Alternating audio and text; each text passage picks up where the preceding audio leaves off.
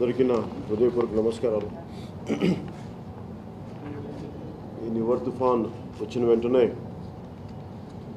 ఒక conference call తోటి మొత్తం నాయకులందరితో, రాష్ట్ర స్థాయి నాయకులందరితో మాట్లాడడం జరిగింది. ముఖ్యంగా 5 జిల్లాల నాయకుల్ని తీసుకొని దాంట్లో ఒక్కొక్కరు చెప్తున్న సమస్యలు వింటూ ఉంటే, ముఖ్యంగా నెల్లూరు జిల్లాలో కావలి నుంచి మాట్లాడుతూ ఉంటే, కావల్లో ఎలా ముఖ్యంగా అధికారులు కూడా చేరలేకపోయిన పరిస్థితి కొన్ని ప్రాంతాలకి, రుద్రకోట ప్రాంతం అలాగా అక్రమ లేఅవుట్ల వల్ల ఎలాగా వరద నీరు ప్రజల్లో మన మామూలుగా గృహాలు ఉండే వైపు వచ్చేసింది, అధికారులు చేరలేకపోయారు. ఇలాంటి ప్రతి చోట బాధలు వింటూ ఉంటే ముందు నాయకుల్ని పంపిద్దాం అనుకున్న మేము, మా జనరల్ సెక్రటరీస్ని పంపిద్దాం అనుకున్న నేను, లేదు ప్రత్యక్షంగా నేనే వచ్చి చూద్దాం, అందరినీ తెలుసుకుందాం అనేది. ఎందుకంటే ఇలాంటి పరిస్థితుల్లో కోవిడ్కి ఇంకా వ్యాక్సిన్ రాని పరిస్థితుల్లో కూడా కొంచెం ఎందుకు ముందుకు వచ్చామంటే, ఇలాంటి పరిస్థితుల్లో రైతుకి భరోసా ఇవ్వాలి. ఎందుకంటే ఇలాంటి చాలా కష్టపడి 35,000, 40,000, 50,000 ఎకరానికి అప్పు చేస్తూ ముందుకెళ్తున్నప్పుడు ఇలాంటి సమయంలో ఇది మూడోసారి పంట నష్టం జరగడం. ఇలాంటి పంట నష్టం మూడోసారి వచ్చినప్పుడు ఆత్మస్థైర్యం పోతుంది.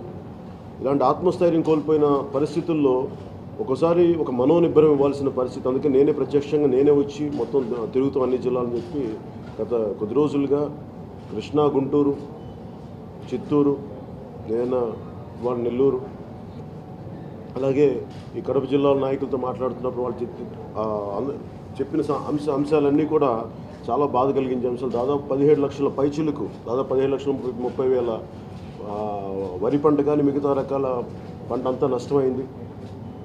ఒక స్థాయికి ఎలా ఉందంటే, వాలిపోయిన పంటను కూడా తిరిగి తీయాలన్నా కనీసం ఒక 8 నుంచి 15,000 ఖర్చు అయ్యే పరిస్థితులు ఉన్నాయి. ఒక ఎకరాకి 8 నుంచి 10,000 ఖర్చు అయ్యే పరిస్థితి ఉంది. అందువల్ల కళ్ళ ముందు చూస్తాం వాలిపోయిన పంటను కూడా తీసుకులేని పరిస్థితుల్లో రైతులు ఉన్నారు. ఇప్పటికి మొన్న కృష్ణా జిల్లా, మిగతా జిల్లాలో కూడా ఒక 4 రైతులు ఆత్మహత్యలు చేసుకున్నారు. ఇవన్నీ చాలా చాలా కదిలించి వేసినాయి. ఇలాంటి పరిస్థితుల్లో మేము అడిగింది అంటే, ఇదేదో కూర్చోబెట్టి అంటే ప్రభుత్వాన్ని 35,000 డిమాండ్ చేయటం అనేది ప్రభుత్వానికి కొంచెం ఇబ్బందికరంగా ఉండొచ్చు. కానీ ఎందుకు డిమాండ్ చేసాం, ఎందుకు మాట్లాడామంటే, ఇదేదో జనసేన చేస్తున్న డిమాండ్ కాదు. క్షేత్రస్థాయిలో ఏ రైతును అడిగినా కానీ, నేను దారి పొడవుతో వచ్చిన ప్రతి రైతును కలిసినా కానీ, ఎవరిని అడిగినా కానీ వాళ్ళు అడిగేది, మాకు నిజంగా ఏం చేయాలో పాల్పోవట్లేదు, మాకు ఇది మూడోసారి మాకు నష్టం రావటం, ఈ పరిస్థితుల్లో కనీసం మాకు ఒక 35,000-40,000 కానీ రాకపోతే, వాళ్ళు అడిగింది ఇంకా ఎక్కువ అడిగారు, కానీ యావరేజ్గా తీసుకొని 35,000 మాకు ఇస్తే ఎంతో కొంత బయటపడుతుంది. ఎందుకంటే ఇది మూడోసారి మేము దెబ్బతింటాం ఇది అని చెప్పేసి. ఇలాంటి పరిస్థితుల్లో ప్రభుత్వం మేము 48 గంటలు సమయం ఇచ్చాం. అదేదో కూర్చోబెట్టి ఒక డిమాండ్లోగో లేదంటే మీరు చేయకపోతే అట్లానే కాదు. నిజంగా మనుషులు ఆత్మస్థైర్యం కోల్పోతున్నారు, ఆత్మనిర్భరం కోల్పోతున్నారు, చనిపోయే పరిస్థితులు ఉన్నప్పుడు ప్రభుత్వం తక్షణం వాళ్ళకి సహాయం అందించాలి, 10,000 రూపాయలు అందించాలి. 35,000 ప్రకటించిన తర్వాత దాంట్లో 10,000 రూపాయలు తక్షణమే అందించాలి అని చెప్పి నేను పదే చెప్తా ఉన్నప్పుడు ప్రభుత్వం నుంచి ఎలాంటి స్పందన కూడా లేదు. ప్రభుత్వం డబ్బులు లేవు ఇవన్నీ అనడానికి పదే నెల్లూరు జిల్లా మంత్రులు కానీ, వైసీపీ మంత్రులు కానీ, లేదంటే మొత్తం రాష్ట్ర స్థాయిలో నాయకత్వం కానీ, ఆంధ్రప్రదేశ్ చాలా బలంగా ఉంది, ఆర్థిక పరిస్థితి చాలా బలంగా ఉంది, బేసిక్గా ఉందని వాళ్ళే చెప్తా ఉన్నారు. కొన్ని డబ్బులు లేవు అనుకుంటే వైసీపీ నాయకత్వం ముఖ్యంగా ఈ మద్యపాన నిషేధం చేసి వస్తామని చెప్పారు. కీర్తిశేషులు బెజవాడ గోపాల్ రెడ్డి గారు ఊరిది. మద్యపాన నిషేధాన్ని ముందుకు తీసుకెళ్లిన మహానుభావులు. పోయిన ఆయన స్ఫూర్తితోనే గౌరవ ముఖ్యమంత్రి శ్రీ జగన్ రెడ్డి గారు మద్యపాన నిషేధం అని చెప్పారు. కానీ చెప్పిన దానికి ఒక్కోసారి ఆయన పాటించలేకపోయారు అనుకోండి, అది వేరే విషయం. మద్యపాన నిషేధం అంచెలంచెలుగా అని చెప్పేసి ముందు గవర్నమెంట్ బ్రాండ్స్ అంట, అవేదో నాకు తెలియదు, వింటుంటే బూమ్ అనే బ్రాండ్ అంట, అలాగే సుప్రీం అనే బ్రాండు, ప్రెసిడెంట్ మెడలు, అలాగే ఇంకోటి ఏదో గోల్డెన్ ఆంధ్ర అంట.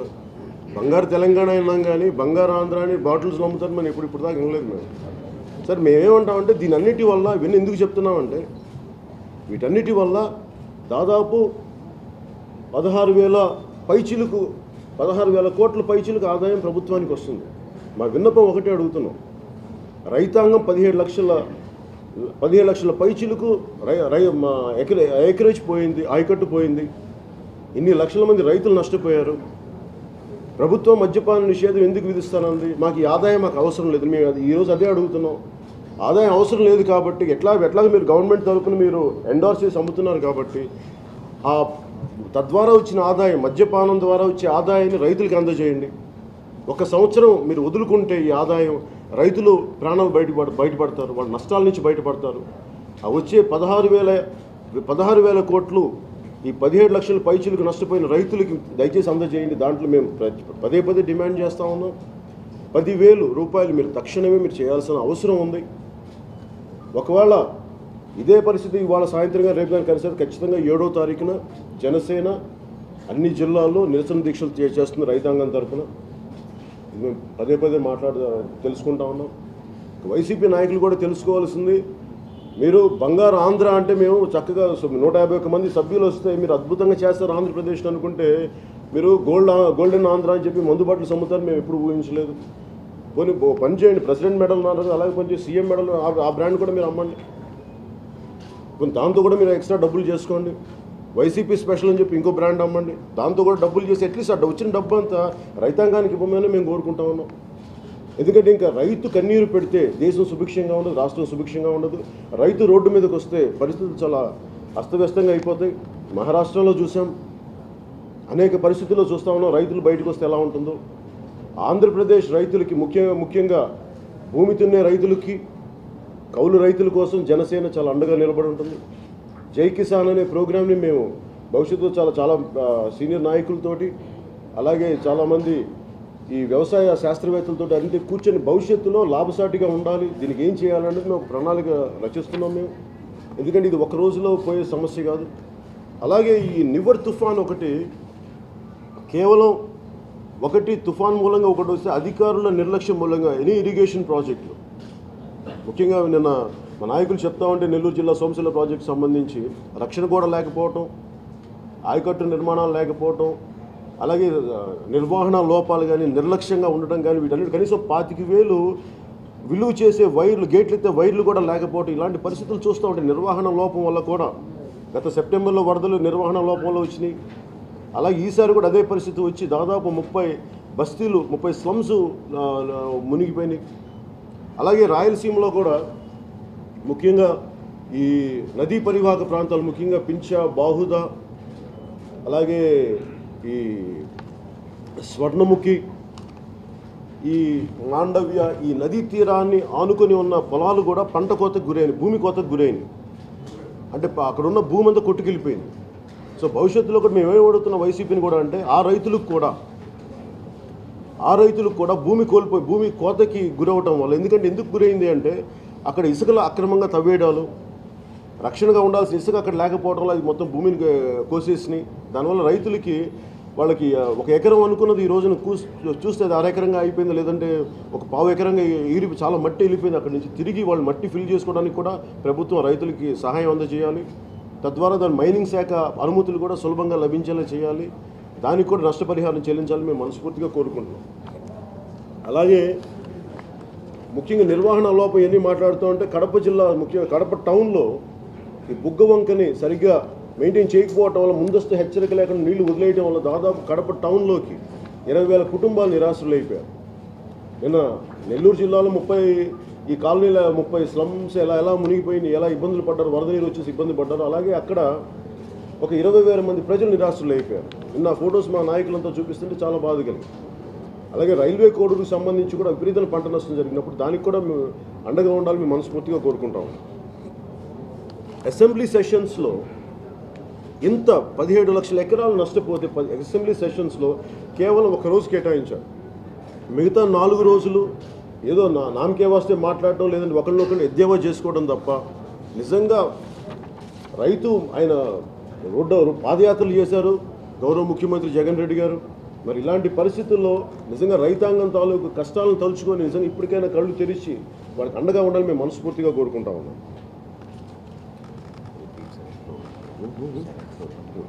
అలాగే జనసేన నాయకులకి కంప్లీట్ ట్రిప్లో కూడా మేము చాలా తక్కువ వ్యవధిలో మేము వస్తున్నాం అనగానే మొత్తం 5 జిల్లాల్లో కూడా చక్కని సమాయత్తం జరిపి చక్కని సమన్వయంతో చేసిన ప్రతి జన సైనికులు జనసేన నాయకులకి పేరు పేరున మనస్ఫూర్తిగా నా కృతజ్ఞతలు తెలుపుకుంటున్నాను. అందుకని ఇప్పుడు వైసీపీ ప్రభుత్వం కనుక ఏ విధమైన ప్రకటన చేయకపోతే ఖచ్చితంగా మేము 7వ తారీఖు జనసేన పార్టీ శ్రేణులకు ప్రతి ఒక్కరికి ప్రజలకు కూడా నిరసన దీక్షను రైతాంగానికి నిలబడతాం. ఆంధ్రప్రదేశ్ రైతాంగానికి మనస్ఫూర్తిగా తెలియజేసుకుంటాం. Thank you. 77,000 ఎకరాలు వరి మాకున్న సమాచారం ప్రకారం. అలా ఏమండి అంటే అది ఇక్కడ చెప్పడం లేదు, సముచితం కాదా లేదని ఆలోచిస్తాను. కానీ మీరు అడిగారు కాబట్టి చెప్తాను. అంటే నేను హైదరాబాద్ వెళ్ళినప్పుడు మాట్లాడదాం అనుకుంటాను. ముఖ్యంగా జీహెచ్ఎంసీ ఎన్నికల్లో జనసేన పార్టీ శ్రేణులు చాలా బలంగా దాదాపు 60 మంది అక్కడ డివిజన్లో హైదరాబాద్ 60 డివిజన్లో పోటీ చేద్దామని అనుకున్న పరిస్థితుల్లో మేము అంటే ఇక్కడ మాకు భారతీయ జనతా పార్టీతో ఇక్కడ మేము అవగాహన ఉంది, కానీ అక్కడ మేము ఇంకా అక్కడ అవగాహన ఏర్పరచుకోలేదు ఎలా ముందుకెళ్ళాలని. ఈ లోపు జీహెచ్ఎంసీ ఎలక్షన్స్ వచ్చినాయి. సో అక్కడున్న మా శ్రేణులు కూడా మేము ఉత్సాహంగా మేము ఎలక్షన్లో పాల్గొన్నాం. అంతకుముందు కూడా స్థానిక సంస్థల ఎన్నికల్లో పాల్గొన్నాం. ఈ పరిస్థితుల్లో నాకు వచ్చి అందరూ మాట్లాడుకుని ఒకటే అనిపిస్తుంది, ఇక్కడ మనం కలిసి పనిచేస్తున్నాం, అక్కడ కూడా కలిసి పని చేయాలంటే ఏ పరిస్థితులు ఒకటే అనుకున్నాం. ఒక్క ఓటు కూడా బయటికి వెళ్ళకూడదు, మన ఓటు ఏదైనా సరే మొత్తం మనకే వెళ్ళాలి అనుకున్న ఒక్క పిలుపుకి అక్కడ 60 మంది డివిజన్కి పోటీ చేస్తున్న ప్రతి ఒక్కరు కూడా ఉపసంహరించుకొని వాళ్ళ నామినేషన్స్ ఉపసంహరించుకొని ఈ రోజున గెలుపులో జనసేన శ్రేణులు జన సైనికులు నిజంగా వారి మద్దతు తెలిపినందుకు మనస్ఫూర్తిగా వారికి హృదయపూర్వక ధన్యవాదాలు తెలిపి ఇది చూస్తే ఈ జీహెచ్ఎంసీ ఎన్నికలు ఖచ్చితంగా ప్రజలు ఒక మార్పును కోరుకుంటా ఉన్నారు. ఒక ఉన్న ఎగ్జిస్టింగ్ వ్యవస్థలతో పాటు అధికార వ్యవస్థలతో పాటు ఇంకొక కొత్త తరహా ఇంకొక వ్యవస్థ కావాలి, ఇంకొక బలంగా ప్రజల కోసం నిలబడే ఒక అలయన్స్ కావాలని కోరుకోవడం కూడా దానికి తార్కాణంగా తీసుకోవచ్చు.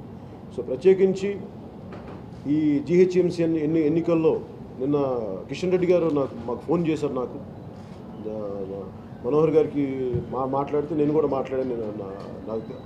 నాకు జనసేన శ్రేణులు కానీ జన సైనికులు కానీ ప్రతి ఒక్కరు కూడా చాలా మనస్ఫూర్తిగా సహకరించినందుకు ఆయన ధన్యవాదాలు తెలిపారు. మనస్ఫూర్తిగా వారికి కూడా నా కృతజ్ఞతలు ధన్యవాదాలు తెలిపాను. అలాగే వారికి నా శుభాకాంక్షలు తెలిపాను. అలాగే మా పెద్దన్న లాంటి ఈ డాక్టర్ లక్ష్మణ్ గారు కూడా మనస్ఫూర్తిగా వారికి నా అభినందనలు తెలియజేస్తున్నాను. అలాగే నిలకడగా నిరంతరంగా ఒక పార్టీని బీజేపీ అంటే కిషన్ రెడ్డి గారు అనే పరిస్థితుల్లో ఆయన నిరంతరం కొన్ని దశాబ్దాలు మేము చూస్తూ ఉన్నాం. ఆయనతో నాకు 2008 నుంచి మా నాన్నగారు చనిపోయినప్పుడు ఆయన మాకు పరామర్శకు వచ్చి నాకు అప్పటి నుంచి ఆయన బాగా తెలుసు. లక్ష్మణ్ గారు అయితే నాకు అంతకుముందు నుంచి మాకు ఆయన ఒక కుటుంబ సభ్యులు లాంటి వాళ్ళు. అలాగే బండి సంజయ్ గారిని చూస్తే నాకు ఒకటే అనిపిస్తూ ఉంటుంది, నిజంగా భారతీయ జనతా పార్టీకి చాలా చక్కని నాయకులు వచ్చారు. నిజంగా ఆయన టైగర్ బండి సంజయ్ లాగా నిజంగా ఒక సింహంలాగా ఒక పులిలాగా ముందుకెళ్ళి నిజంగా చాలా అందరినీ సమాయత్తపరిచి ఉద్వేగపరిచి కార్యకర్తలు చాలా బలంగా నిలబడి అలాగే జనశ్రేణులను కూడా ఈరోజు పొద్దున్నే ఆయన ట్విట్టర్లో మెసేజ్ పెట్టారని చెప్పారు. మనస్ఫూర్తిగా బండి సంజయ్ గారికి కూడా మనస్ఫూర్తిగా నా ధన్యవాదాలు తెలుపుకుంటున్నాను. అంటే ఒక జీహెచ్ఎంసీ ఎన్నికలుగా చూడలేదు, అది ఒక విశ్వనగరపు ఎన్నికలుగా చూశారు. అది అందుకని కేంద్ర నాయకత్వం కూడా దానికి రావటం. ఎందుకంటే ఇది భవిష్యత్తులో అన్ని ప్రాంతాలకు చెందిన ప్రజలు అందరికీ కూడా ఒక బలమైన సంకేతం పంపాలి, ఇది ప్రతి ఒక్కరు క్షేమంగా ఉండాలని ఒక సంకేతానికి కూడా కేంద్ర నాయకత్వం రావటం, ఇవన్నీ ఈ పరిణామాలను మనం తీసుకోవచ్చు. మనస్ఫూర్తిగా జీహెచ్ఎంసీలో గెలిచిన వాళ్ళందరికీ నా శుభాభినందనలు తెలియజేస్తాను. సార్ ఒక్క నిమిషం వినిపించండి సార్. తిరుపతి ఉప ఎన్నికలకు సంబంధించి మేము ఒక సమన్వయ కమిటీ ఏర్పరుస్తున్నాం. అది జనసేన అభ్యర్థి ఉంటాడా లేదంటే భారతీయ జనతా పార్టీ అభ్యర్థి ఉంటారా, మేమందరం ఒక సమన్వయ కమిటీ ఏర్పరచుకొని, ఎందుకంటే మనం నడ్డా గారితో మాట్లాడుకున్నప్పుడు కూడా చర్చకు వచ్చిన అంశంలో అదొకటి. అని ముఖ్యంగా నడ్డా గారికి వెళ్ళినప్పుడు తిరుపతి బై పోల్స్ అనేది చాలా ఆఖరి అంశంగా వచ్చింది, కానీ ముఖ్య అంశంగా వచ్చింది ఆంధ్రప్రదేశ్ అభివృద్ధి గురించి, పోలవరం ప్రాజెక్టు దగ్గర నుంచి, అమరావతి రాజధాని దగ్గర నుంచి, అలాగే రైతాంగం గురించి, వీటన్నిటి గురించి చర్చ వచ్చినప్పుడు అది కూడా ఒక అంశంగా వచ్చింది. ఆ అంశం గురించి మాట్లాడుతున్నప్పుడు ఆయన ఒకటే అన్నారు, మన అందరం కలిపి కూర్చొని ఒక సమన్వయ కమిటీ ఏర్పాటు చేసుకొని ఎవరు దాని ఒక అవగాహనతో, అలాగే మేము కూడా మా కేడర్ అందరి అభిప్రాయాలు తీసుకొని స్థానిక నాయకత్వ అభిప్రాయాలు తీసుకొని దాంట్లో ముందుకెళ్తాం. Thank you.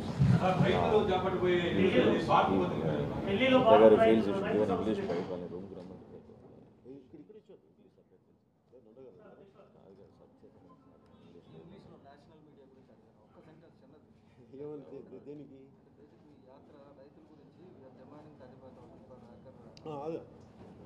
సరే ఒక బయట అంటే సత్య గారు జాతీయ పర్యావరణవేత్త, మా జనరల్ సెక్రటరీతో పాటు ఆయన అడుగుతుంది మన రైతాంగంతో పడుతున్న కష్టాలని జాతీయ మీడియాకి తీసుకెళ్దాం, ఒకసారి మీరు ఇంగ్లీష్లో చెప్పండి అంటే, know the entire purpose of entire tour regarding the devastation caused by Nivar cyclone. We are here to stand by the farmers.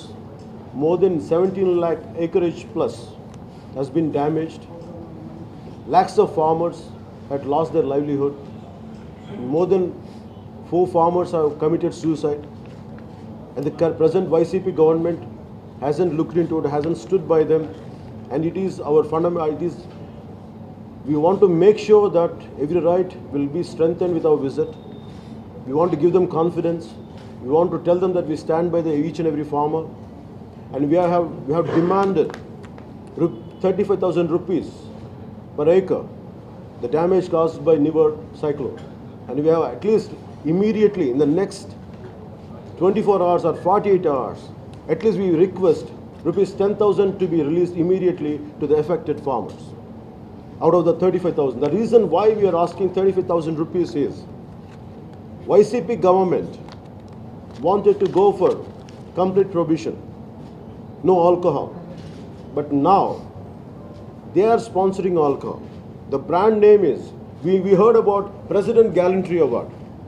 We can never assume that. President Medal, the brandy, the particular alcohol name, government sponsored by YCP government is President Medal, Supreme, Boom, Golden Andhra. These are the brands sponsored by YCP government, and who came with, we're going to introduce complete prohibition. And now they have introduced their own personal brands of 4 different kinds of brands. I don't know how many future you might see. YCP Special, YCP Blue Label, YCP Red Label, maybe a lot of brands going to come. Maybe CM Medal, a lot of other brands going to come. Okay, that's fine.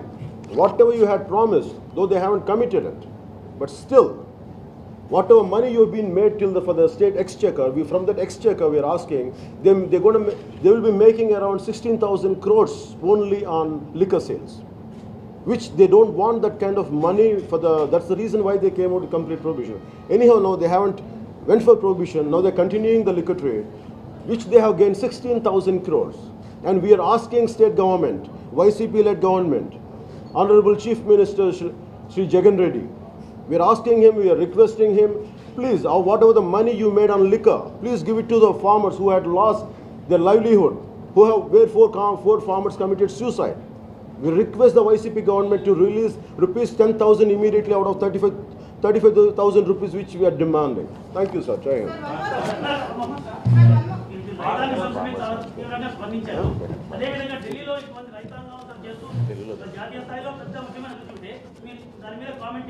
No. Sir, let me be very clear. No matter who the government is, we stand for farmers. ఏది జరిగినప్పటికీ ఎక్కడ ఏ రైతు కూడా, ఇప్పుడు మీరు చూస్తే అనేక amendments, అనేక మార్పులు పట్టుకొచ్చింది కూడా కేంద్ర ప్రభుత్వం, ఆర్ మోర్ దెన్ 4 చేంజెస్. అంటే ఇది ఏదైనా ఒక పాలసీ తీసుకొచ్చినప్పుడు it should benefit the farmers, ఎందుకంటే మధ్యలో మిడిల్ మ్యాన్ లేకుండా. కాకపోతే మనకున్న వ్యవస్థలు ఇంటెన్షన్ చాలా గొప్పగా ఉండొచ్చు, కానీ అది వాస్తవికత తీసుకొచ్చినప్పటికీ కొన్ని పరిస్థితులు, కొన్ని భయాలు, కొన్ని అపోహలు ఉంటాయి. దానికి తగ్గట్టుగా వాళ్ళు ముందుకు తీసుకెళ్తున్నప్పుడు ఆ ఫార్మర్స్ ప్రొటెస్ట్ చేయడం, ఇట్ ఈస్ అ డెమోక్రటిక్ దాని తాలూకు లక్షణం. And we will never say దాంట్లో తప్పు లేదంటే వాళ్ళకి కాన్ఫిడెన్షియల్ మెజర్స్ లేకపోతే వాటి కరెక్ట్ చేయడం ఏ ప్రభుత్వానికైనా పద్ధతి. దాన్ని కేంద్ర ప్రభుత్వం చాలా బలంగా చేస్తుంది. సో దాంట్లో ఎక్కడ మీకు కాంట్రాడిక్షన్ ఉంది నేను చెప్పిన దాంట్లో?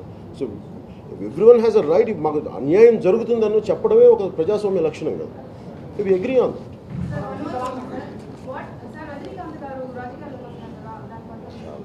అంటే what we look at is అండి, రజనీకాంత్ గారికి చాలా అద్భుతమైన పాపులారిటీ ఉంది, ఆయన కోరుకునే అభిమానులు ఉన్నారు. ఖచ్చితంగా ఆయన రావటం సుపరిణామంగానే మేము చూస్తాం. అలాగే మేము ఈ జై కిసాన్ ప్రోగ్రామ్ని ఎందుకు పెట్టామంటే, ఎప్పుడు కూడా మనం భూమి దున్నే రైతు కోసం ఎంతో కొంత నష్టం జరిగితే ప్రభుత్వాల నుంచి వెళ్తున్నాయి, కానీ కౌలు రైతులను మటుకు పూర్తిగా నిర్లక్ష్యం చేసేస్తారు ప్రతిసారి. అందుకని కౌలు రైతుల కోసం, భూమి దున్నే రైతు కోసం మేము జై కిసాన్ అనే ప్రోగ్రామ్ స్టార్ట్ చేయబోతామని చెప్పి ఆ కౌలు రైతులకి, భూమి దున్నే రైతులకు అండగా ఉంటామని తెలియజేసుకుంటే, ప్రత్యేకించి ఇంత ఈ తుఫాన్ని మీ అందరూ కూడా మా సోదరులు, మా మీడియా సోదరులు అందరూ కూడా మనస్ఫూర్తిగా, మీ మేనేజ్మెంట్కి మీకు మనస్ఫూర్తిగా నా ధన్యవాదాలు. దేనికి 500 ఇస్తారండి?